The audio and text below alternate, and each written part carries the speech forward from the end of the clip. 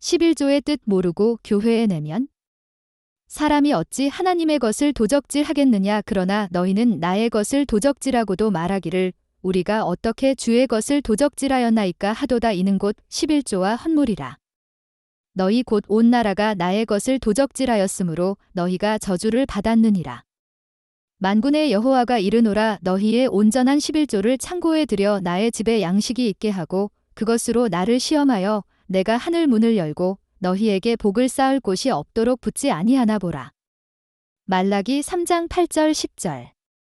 너희는 그 11조의 정신을 알지 못하고 형식적으로 소득을 바치는 것으로만 11조를 오해하고 있기에 저는 것, 흠 있는 것, 쓸모없는 것들을 가져다 바쳐놓고 내 할 일 다 했다고 하는데 그거 정말 착각이다. 그거 내가 원하는 11조 아니다라고 하시면서 구약의 문을 닫으셨습니다.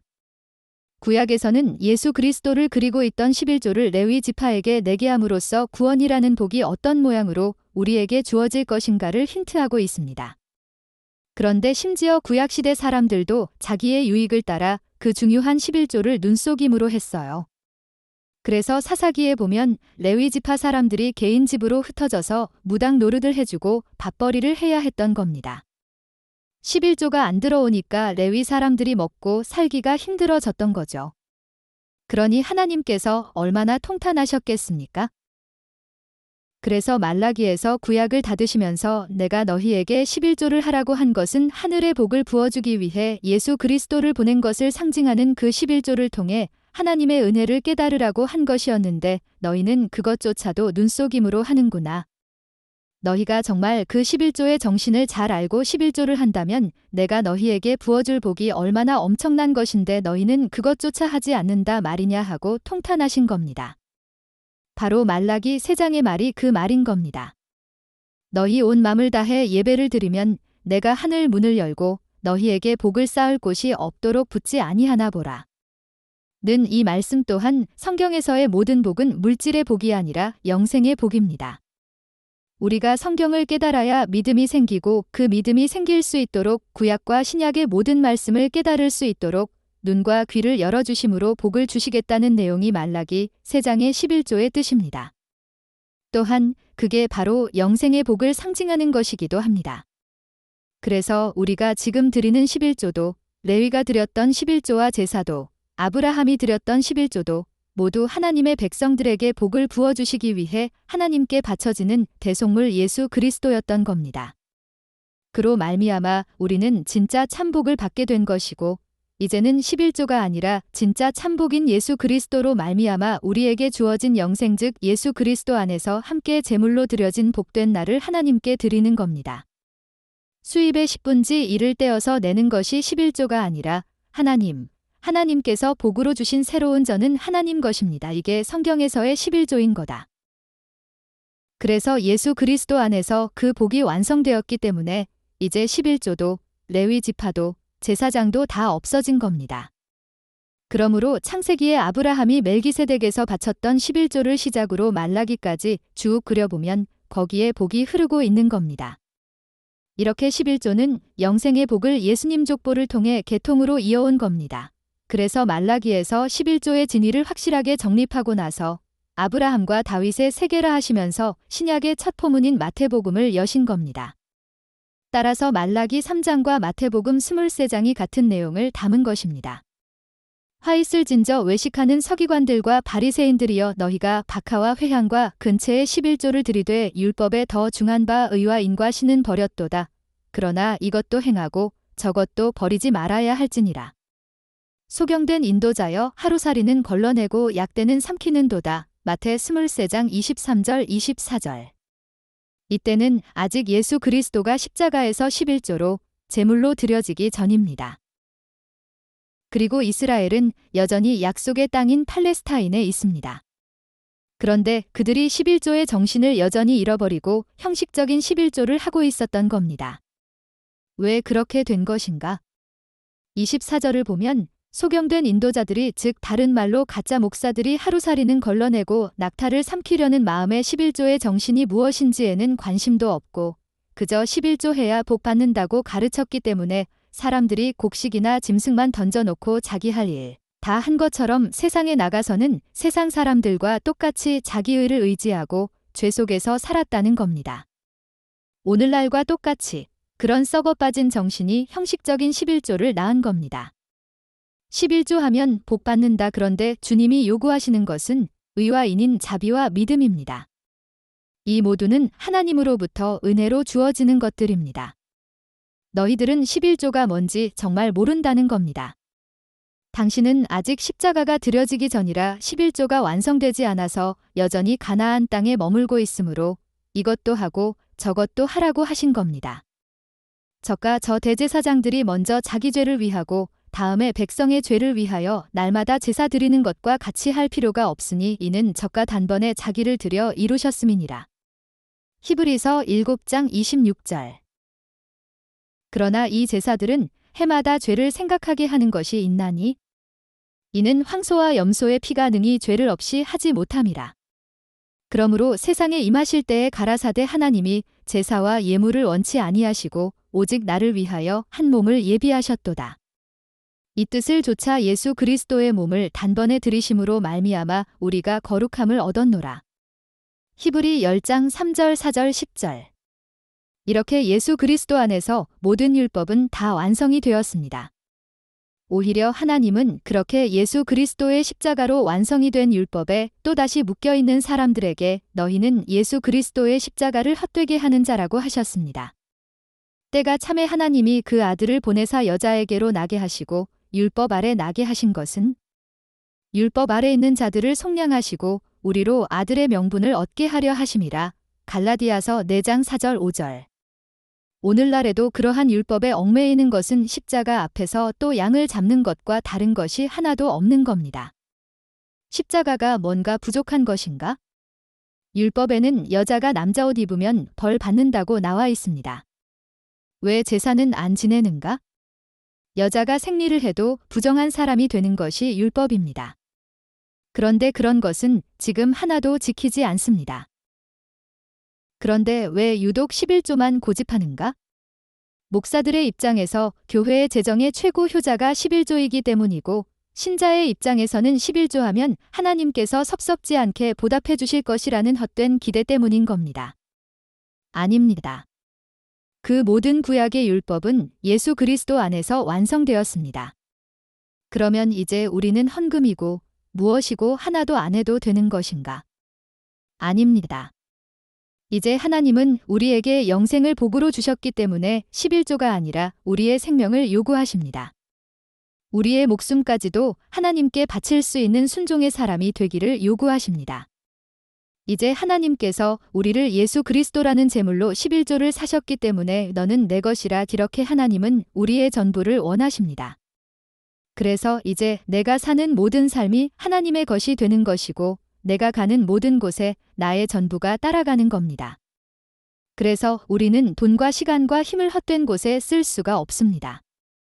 그리고 교회가 필요로 할 때는 나의 모든 것을 내놓을 준비가 되어 있는 사람들인 겁니다. 왜냐하면 십자가에서 이 땅의 것과 나는 이미 죽었기 때문입니다. 초대교회 때 사도들이 11조에 대해 한마디라도 한 적이 없습니다. 그럼에도 그들은 11조가 아니라 자신의 전부를 하나님 앞에 내놓을 준비가 되어 있었습니다. 이렇게 모든 헌금은 예수 그리스도를 선물로 받은 자들이 자신 안에 있는 예수 그리스도를 자신과 함께 하나님께 올려드리는 행위를 말하는 겁니다. 헌금을 하고 안 하고를 따지기 전에 먼저 자기 자신 안에 예수 그리스도가 있는지부터 점검해야 한다. 그리고 그 예수 그리스도로 인해 내가 하나님께 전적으로 순종할 준비가 되어 있는 자인지를 먼저 확인해야 합니다. 우리는 아래의 것, 즉 율법을 가지고 하늘의 것을 깨달아 알아야 합니다.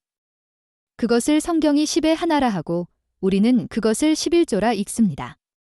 따라서 11조는 우리가 땅의 것들을 통하여 하늘의 하나를 양식으로 가지게 되어 하나를 가진 자가 되면 우리 자신이 하나님께 드려지는 점도 없고 흠도 없는 거룩한 산제물이 되는 구원의 이야기를 담고 있는 것이지 10개 중에 하나는 하나님께 꼭 바치고 그 나머지를 우리의 것으로 써야 한다는 그런 유치한 것이 아닙니다.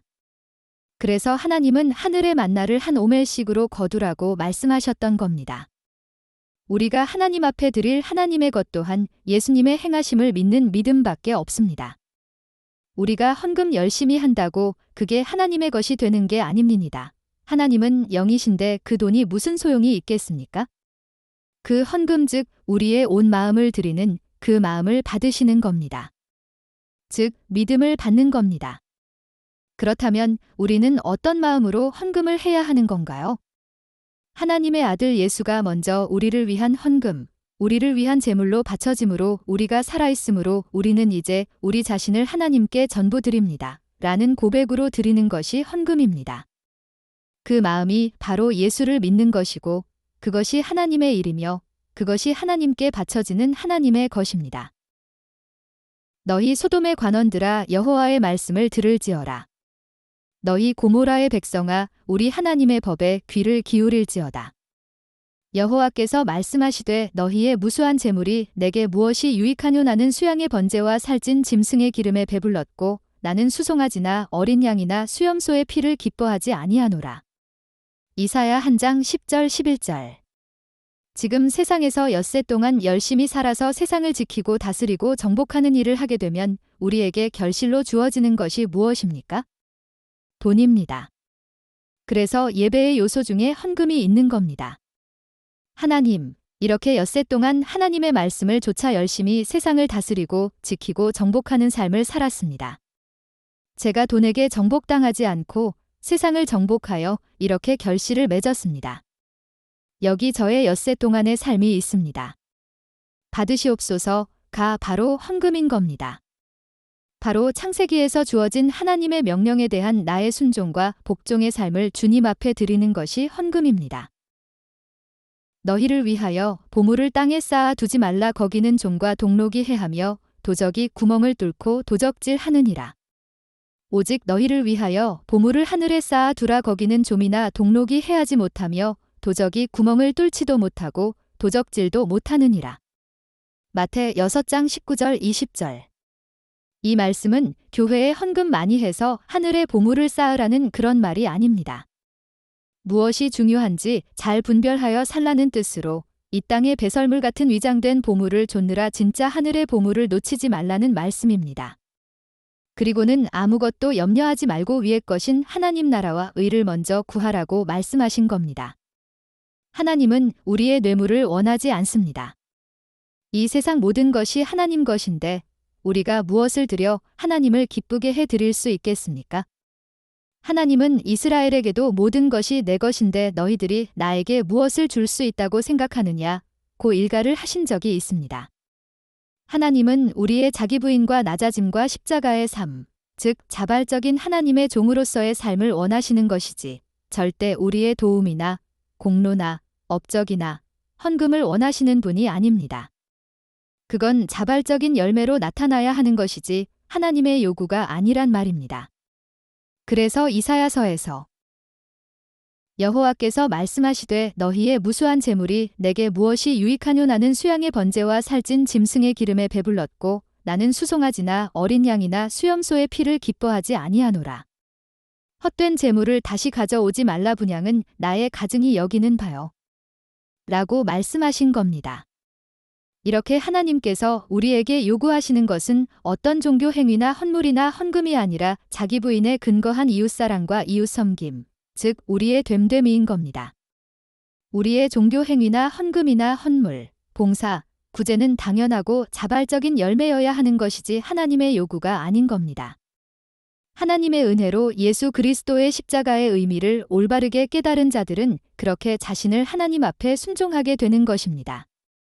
거기에서 헌신의 삶이 나오고 11조가 나오며 자신의 것을 비워 남을 살리는 구제와 봉사가 나오는 겁니다. 그러므로 11조는 바로 나 자신을 모두 하나님께 드리는 것이고 나는 그 예수 그리스도로 말미암아 죄 사함을 받고 의롭게 되었다. 라는 하나님 앞에서의 신앙 고백이 바로 11조의 원래의 목적입니다. 하나님, 저는 이제 하나님만이저히 힘이요 소망이라는 것을 알기에 세상 사람들이 목숨처럼 여기는 이 세상의 힘을 대표하는 물질을 하나님 앞에 이렇게 온 마음과 함께 바칠 수 있습니다. 이게 바로 11조의 정신입니다. 10의 1조가 뭐 그리 대단합니까? 10의 12 모두 하나님의 것인데요. 그런 사람들은 11조 해놓고 자랑하거나 그것 알아주지 않는다고 실망하지 않습니다. 나와 하나님 사이의 신앙 고백이 왜 남의 눈을 의식하는 바보 같은 짓을 합니까? 11조는 신앙 고백으로 드려질 때만 즐겨낼 수 있는 것입니다. 아니면 아까워서 어떻게 내겠습니까? 그러므로 아직 복음을 제대로 깊이 깨닫지 못하고 남의 눈을 의식하고 11조를 하는 것이라면 지금 당장 멈춰야 합니다. 그런 사람은 11조를 내면 낼수록 죄를 짓는 꼴이 되기 때문입니다. 교회들이 오병이어의 기적을 예를 들면서 하나님께 적은 것을 바치면 하나님께서 그 돈을 잘 굴려서 크게 쓰실 거라고, 그러므로 가진 대로 정성껏 11조를 드리면 하나님이 그 돈으로 하나님 사업에 잘 쓰실 거라고 생각하지 말아야 합니다. 그리고 그렇게 오병이어를 내어놓은 자를 하나님께서 몇십 배로 축복하신다는 귀신 신하라 까먹는 이야기에 속지 말아야 합니다. 여러분은 11조를 한 만큼 그만큼 경제적으로 손해입니다. 11조는 이 땅에 오염된 나를 버리는 것이지 이 땅의 것들을 더 많이 얻어내기 위한 투자로 하는 것이 아닙니다. 11조는 세상의 힘을 대표하는 그 돈을 자신을 위해 쓰지 않고 서슴없이 내어놓을 수 있는 믿음을 가르치기 위해, 그리고 그 믿음을 시험하시기 위해 우리에게 우리의 온 마음을 바치라는 뜻에서 11조의 개념을 강조하신 겁니다. 그러므로 11조는 자신을 축복하시기 위한 하나님의 배려인 것입니다. 땅의 10분 1 곧 땅의 곡식이나 나무의 과실이나 그 10분 1은 여호와의 것이니 여호와께 성물이라. 레위기 27장 30절. 하나님께서는 그 약속의 땅에서 나는 소산과 가축의 10분의 1을 꼭 하나님께 바치도록 했습니다.